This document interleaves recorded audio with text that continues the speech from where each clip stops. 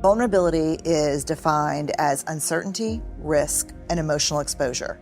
Can you name one act of courage that you've ever been involved in or that you've ever even witnessed that did not involve uncertainty, risk, and emotional exposure?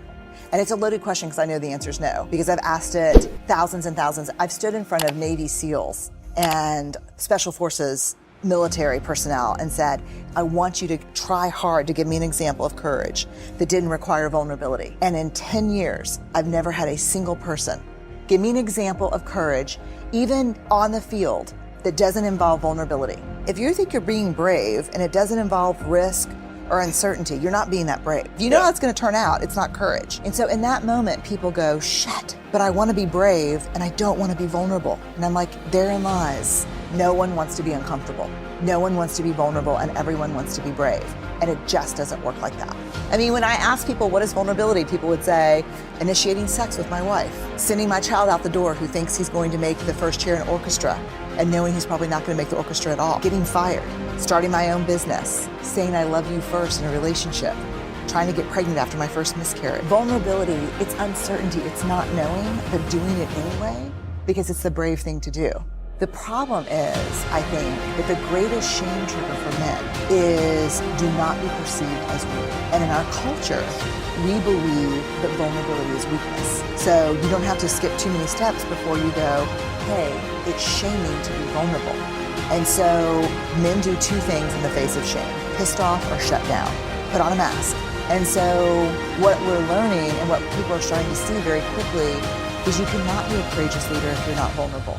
If you're not willing to have hard, uncomfortable conversations, give hard feedback, receive hard feedback, excavate issues like Charlottesville that no one wants to talk about. Like, discomfort is the great enemy of courage. Like, my motto is, we say it here all the time, choose courage over comfort, because you can't have both. And if you think you're being brave and you're super comfortable, you're not being that brave. I was so shocked to learn in the research that the opposite of belonging is fitting in. Because fitting in is assessing a group of people and thinking, who do I need to be? What do I need to say? What do I need to wear? How do I need to act? And changing who you are. And true belonging never asks us to change who we are. It demands that we be who we are.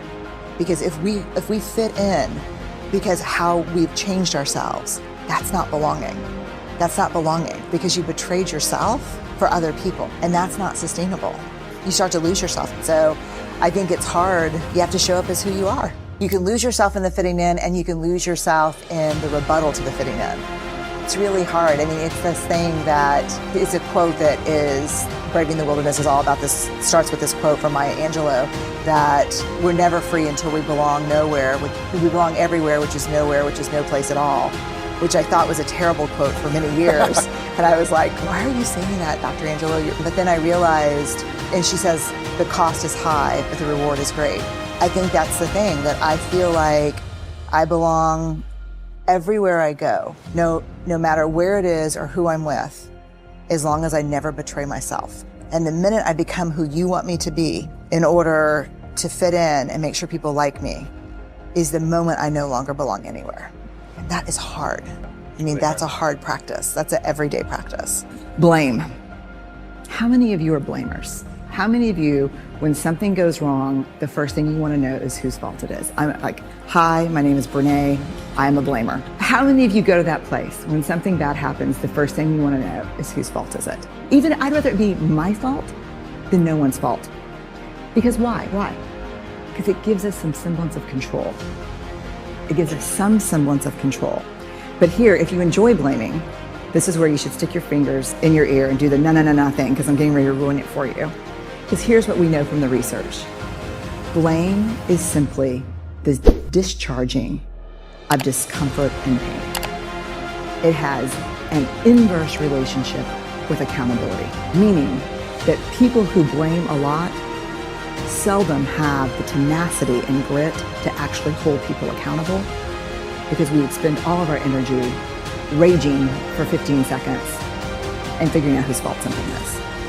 Accountability, by definition, is a vulnerable process. It means me calling you and saying, hey, my feelings were really hurt about this. No, and talking. It's not blaming. Blaming is simply a way that we discharge anger, which is really hard. And blaming is very corrosive in relationships. And it's one of the reasons we miss our opportunities for empathy. Because when something happens and we're hearing a story, we're not really listening. We're in the place where I was, making the connections as quickly as we can about whose fault something was.